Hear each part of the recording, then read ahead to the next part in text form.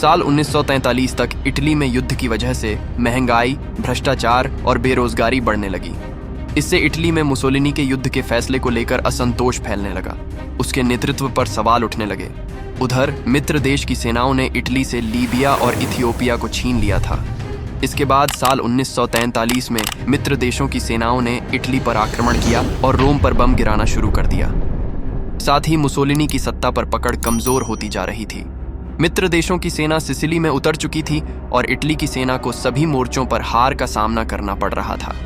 आखिरकार 1943 की 25 जुलाई को इटली के राजा विक्टर इमैनुएल ने जनता के मूड को भांपते हुए मुसोलिनी की सरकार को बर्खास्त कर दिया। इसके बाद मुसोलिनी को गिरफ्तार करके जेल में डाल दिया। हालांकि वो ज्यादा दिनों तक जेल में नहीं रहा। 12 सितंबर 1943 को हिटलर ने उसे छुड़वा लिया और जर्मनी के शहर म्यूनिख बुला लिया। इसके कुछ ही समय बाद उसकी मुलाकात हिटलर से हुई। 10 दिन बाद हिटलर के आदेश से मुसोलिनी को उत्तरी इटली में इटालियन सोशल रिपब्लिक के प्रमुख के रूप में स्थापित किया गया। अप्रैल 1945 तक युद्ध खत्म होने लगा था। जर्मन सेनाएं सभी मोर्चों पर पीछे हट रही थीं। 25 अप्रैल को मित्र देशों की सेना के समर्थन से इटालियन पार्टिजन्स या इतालवी पक्षपातियों ने मिलान और उत्तरी इटली के दूसरे प्रमुख शहरों पर कब्जा कर लिया था। 27 अप्रैल 1945 को जब इटली और जर्मनी हार के कगार पर थे तो मुसोलिनी ने स्पेन भागने का प्रयास किया। 28 अप्रैल की दोपहर को स्विट्जरलैंड जाने के लिए एक विमान में चढ़ते समय मुसोलिनी और उसकी प्रेमिका क्लेरेटा पेटाची को इतालवी पक्षपातियों ने पकड़ लिया। मुसोलिनी एक जर्मन सैनिक की वर्दी पहने हुए था, लेकिन उसकी पहचान का पता चल गया।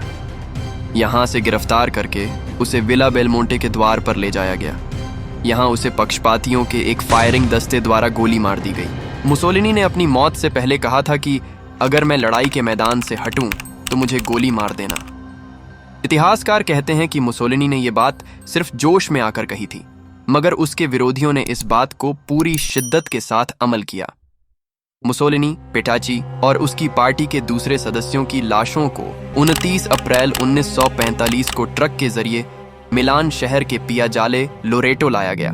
मुसोलिनी के शव को सड़क पर फेंक दिया गया। अखबार के एक विशेष संस्करण और एक रेडियो बुलेटिन के जरिए पूरे शहर में खबर फैल गई कि डूचे को मौत की सजा दे दी गई है और पियाजाले लोरेटो पर उसकी लाश पड़ी हुई है। ये वही जगह थी जहां 8 महीने पहले मुसोलिनी ने अपने 15 विरोधियों को गोली से उड़वा दिया था। खबर मिलते ही वहां करीब 5000 लोगों की अनियंत्रित भीड़ जमा हो गई। भीड़ में से 2 लोग मुसोलिनी की लाश के पास गए और उसके जबड़े में जोर से लात मारी। उसी भीड़ में से एक महिला ने मुसोलिनी के मरे हुए शरीर के सिर में 5 गोलियां मारी। इसके बाद महिला ने कहा कि उसने अपने 5 बच्चों की मौत का बदला ले लिया है। मुसोलिनी ने उसके 5 बेटों को विद्रोही करार देकर मरवा दिया था। एक दूसरी महिला चीखते हुए आई और उसने वहां मौजूद लोगों के सामने मुसोलिनी के लहूलुहान चेहरे पर पेशाब कर दिया।